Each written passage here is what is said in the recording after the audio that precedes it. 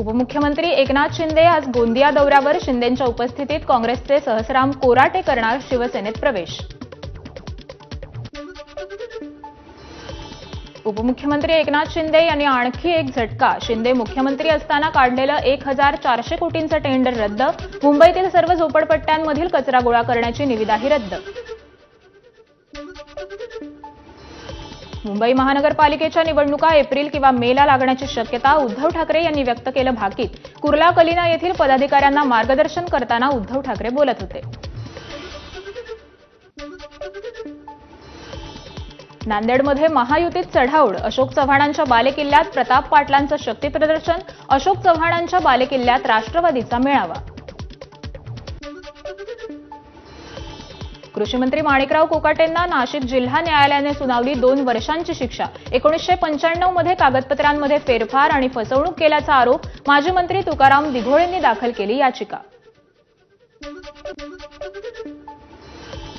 कृषीमंत्री माणिकराव कोकाटे यांना 15,000च्या जात मुचलकावर जामीन मंजूर. सत्र न्यायालयात अपील करण्यासाठी कोकाटेंना 30 दिवसांची मुदत. 2 वर्षांची शिक्षा झाल्यामुळे माणिकराव कोकाटेंची आमदारकी रद्द होण्याची शक्यता. शिक्षेला हायकोर्टात स्थगिती मिळाली नाही तर कोकाटेंचं पद धोक्यात.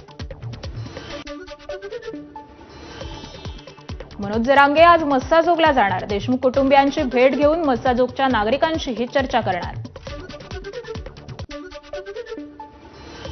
दमानियांनंतर सुरेश धसांकडून धनंजय मुंडेंवर आरोप. मुंडेंनी नॅनो युरिया, नॅनो डीएपीच्या खरेदीसाठी 12 मार्चला खरेदीचा प्रस्ताव दिला. मात्र त्याच दिवशी जीआर कसा निघाला? सुरेश धसांचा सवाल. बेल्स पाल्सी आजार झाला असून रिलायन्स हॉस्पिटलमध्ये उपचार सुरू. धनंजय मुंडेंनी एक्सवर दिली माहिती. या आजारामुळे सलग 2 मिनिटंही बोलता येत नसल्यानं मंत्रिमंडळ बैठक आणि जनता दरबाराला अनुपस्थित राहिल्याचं मुंडेंनी केलं स्पष्ट. परळीतील महादेव मुंडे हत्या प्रकरणात विशेष पथकाकडून 50हून अधिक जणांची चौकशी. पोलीस उपाध्यक्षांच्या मदतीनं पोलीस अधीक्षक नवनीत कॉवत यांनी विशेष पथक केलं नियुक्त. ज्या महिलांनी लाडकी बहीण योजनेसाठी अद्याप अर्ज केलेला नाही तसंच 21 ते 65 वयाची अट असल्यानं ज्या महिला आत्ताच 21 वर्षांच्या झाल्या आहेत त्यांच्यासाठी मंत्रिमंडळ बैठकीत नव्यानं निर्णय होण्याची प्रतीक्षा. आजपासून 10वीची बोर्डाची परीक्षा. 16 लाख विद्यार्थी देणार परीक्षा.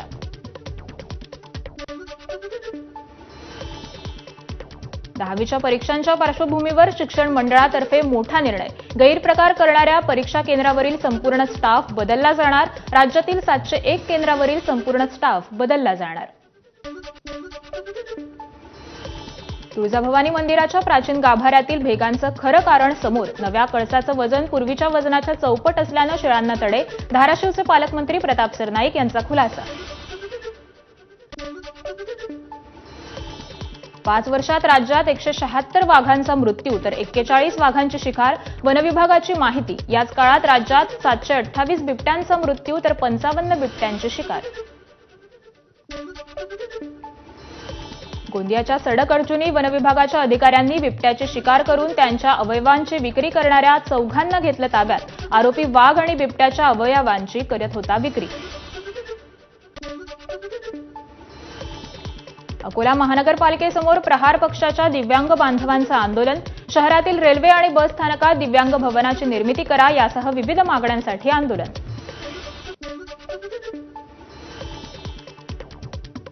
जळगावात महाविकास आघाडीचं 1 दिवसीय आंदोलन. शेतकऱ्यांच्या विविध मागण्यांसाठी महावितरण कार्यालयाबाहेर मवियासाठी या.